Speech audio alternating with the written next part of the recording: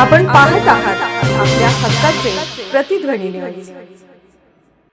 शिवसेना शिंदे गटाच्या हसीना मुल्ला यांची निवडणूक माघार, जिल्हाप्रमुख रुक्मिणी आंबेगिरी यांना जाहीर पाठिंबा। सांगली मिरज कुपवाड महानगरपालिका सार्वत्रिक निवडणुकीसाठी उमेदवारी अर्ज भरण्याची आज अंतिम मुदत होती। या पार्श्वभूमीवर शिवसेना एकनाथ शिंदे गटमधील महत्त्वाची राजकीय घडामोड समोर आली आहे। शिवसेना शिंदे गटाकडून उमेदवारी मिळावी यासाठी हसीना मुल्ला यांनी पक्षाकडे मागणी केली होती, मात्र पक्षाने त्यांना अधिकृत उमेदवारी नाकारली। त्यामुळे हसीना मुल्ला यांनी अपक्ष उमेदवार म्हणून आपला अर्ज दाखल केला होता। आज त्यांनी आपल्या उमेदवारीतून माघार घेत शिवसेना शिंदे गटाच्या जिल्हाप्रमुख रुक्मिणी आंबेगिरी यांना जाहीर पाठिंबा दिला। त्यांच्या या निर्णयामुळे स्थानिक राजकारणात चर्चेला उधाण आले असून शिंदे गटाच्या ताकदीत भर पडल्याचे मानले जात आहे।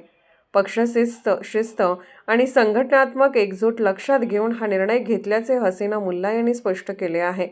या घडामोडीचा निवडणुकीवर नेमका काय परिणाम होतो याकडे सर्वांचे लक्ष लागले आहे।